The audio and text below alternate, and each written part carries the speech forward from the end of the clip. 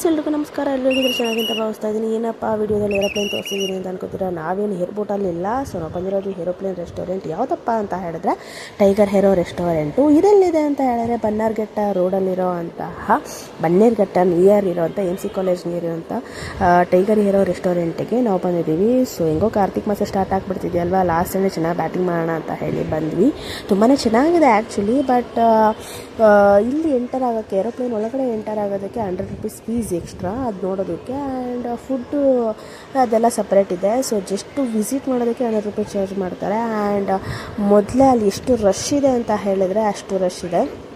ನೋಡ್ತಿದ್ದೀರಾ ಅನಿಸುತ್ತೆ. ತುಂಬಾ ಚೆನ್ನಾಗಿದೆ ಆ್ಯಕ್ಚುಲಿ.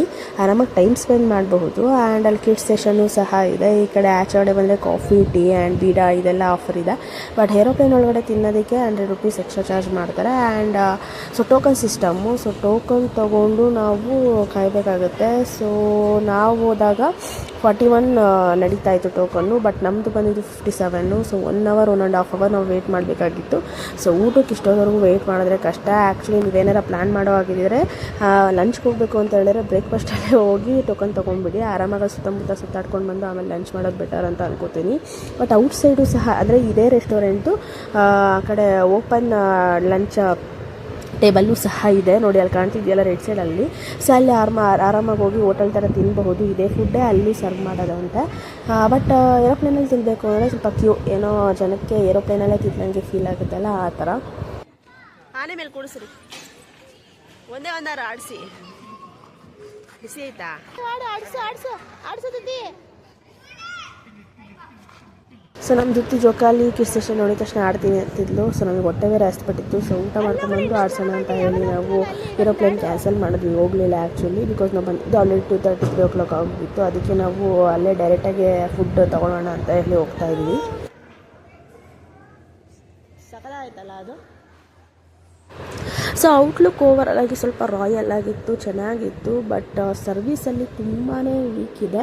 ಸೊ ಕರೆಕ್ಟಾಗಿ ಸರ್ವೀಸ್ ಮಾಡೋದಿಲ್ಲ. ಮತ್ತು ಅಲ್ಲಿ ಒಂದು ಎಕ್ಸ್ಟ್ರಾ ಇದೂ ಕೊಡೋದಿಲ್ಲ. ಅಂದರೆ ಯಾವ ಥರ ಅಂತ ಹೇಳಿದ್ರೆ ನಾವು ನಾರ್ಮಲಾಗಿ ನಾನ್ ವೆಜ್ ನಾವು ತೊಗೊಂಡಿದ್ದು ನಾನ್ ವೆಜ್ ಜೊತೆ ಬೇರೆ ಹೋಟೆಲಲ್ಲಿ ಇದು ಸೌತೆಕಾಯಿ ಆಗಿರ್ಬೋದು, ಕುಕ್ಕುಂಬರ್ ಆಗಿರ್ಬೋದು, ಆನಿಯನ್ ಆಗಿರ್ಬೋದು, ಮತ್ತು ನಿಂಬೆಹಣ್ಣು ಆಗಿರ್ಬೋದು, ಇದೆಲ್ಲವೂ ಸಹ ಎಕ್ಸ್ಟ್ರಾ ಪೀಸ್ ಕೊಡ್ತಾರೆ. ಬಟ್ ಇಲ್ಲಿ ನಾವು ಅದು ಬೇಕು ಅಂದ್ರೂ ಸಹ ಎಕ್ಸ್ಟ್ರಾ ಆರ್ಡರ್ ಮಾಡಬೇಕಿತ್ತು.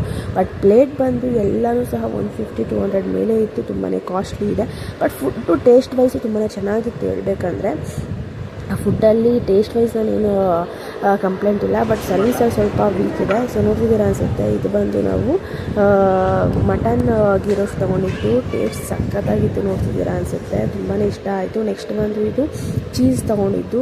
ಯಾವುದು ಚೀಸ್ ಚಿಕನ್ ತೊಗೊಂಡಿದ್ದು ನಾವು. ಇದನ್ನು ತುಂಬಾ ಚೆನ್ನಾಗಿತ್ತು, ಟೇಸ್ಟಿಯಾಗಿತ್ತು. ಸೊ ಟೇಸ್ಟಲ್ಲಿ ಏನಿಲ್ಲ, ಒಂದು ಪ್ರಾಬ್ಲಮ್ ಇರಲಿಲ್ಲ. ಬಟ್ ಸರ್ವಿಸಲ್ಲಿ ತುಂಬಾ ವೀಕ್ ಇತ್ತು ಆ್ಯಂಡ್ ವೆರಿ ಕಾಸ್ಟ್ಲಿ ಅಂತಲೇ ಹೇಳ್ಬಹುದು. ಸೊ ರಾಯಲ್ ಫೀಲ್ಡ್ಗೆ ಚೆನ್ನಾಗಿತ್ತು ಅಷ್ಟೇ, ರಾಯಲ್ ಆಗಿತ್ತು ಅಷ್ಟೇ. ಬಟ್ ಮಿಕ್ಸ್ ಕ್ಲಾಸ್ ಪೀಪಲ್ಗೆ ಅಷ್ಟು ಸೂಟೇಬಲ್ ಅಲ್ಲ ಅಂತ ಎಲ್ಲ ಆಯಿತು. ಸೊ ರೀತಿ ಆಡ್ತೀನಿ ಅಂತ ಹೇಳಿದ್ಲು. ಸೊ ಅದಕ್ಕೆ ಸ್ವಲ್ಪ ಹೊತ್ತು ಆಡಿಸ್ಬಿಟ್ಟು ನಾವೇನು ಮಾಡಿದ್ವಿ, ವಾಪಸ್ಸು ಮನೆ ಕಡೆ ನಡೆದ್ವಿ. ಸೊ ಈ ವಿಡಿಯೋ ನಿಮಗೆ ಇಷ್ಟ ಆಗಿದೆ ಶೇರ್ ಮಾಡಿ, ಲೈಕ್ ಮಾಡಿ, ಕಮೆಂಟ್ ಮಾಡಿ. ಆ್ಯಂಡ್ ಯಾರು ವಿಸಿಟ್ ಮಾಡಿಲ್ಲ ಒಂದ್ಸಲ ವಿಸಿಟ್ ಮಾಡಿ. ಸೊ ಒಂಥರ ಡಿಫ್ರೆಂಟ್ ಫೀಲ್ ಅಂತ ಹೇಳ್ಬೋದು. ಬಟ್ ಸರ್ವಿಸಲ್ಲಿ ವೀಕಿದೆ, ಫುಡ್ ಟೇಸ್ಟ್ ಮಾತ್ರ ಸೂಪರ್ ಆಗಿದೆ. ನೆಕ್ಸ್ಟ್ ಲಾಗೊಂದಿಗೆ ಸಿಗ್ತೀನಿ. ಆ್ಯಂಡ್ ದೀಪಾವಳಿ ಲಾಗ್ನ ನೆಕ್ಸ್ಟ್ ಆಗ್ತಾ ಹೋಗ್ತೀನಿ. ಸೊ ಈ ಲಾಗ್ ಇಷ್ಟ ಆದರೆ ದಯವಿಟ್ಟು ಸಬ್ಸ್ಕ್ರೈಬ್ ಮಾಡಿ ಆ್ಯಂಡ್ ಕಮೆಂಟ್ ಮಾಡಿ. Thank you all. ಬಾಯ್.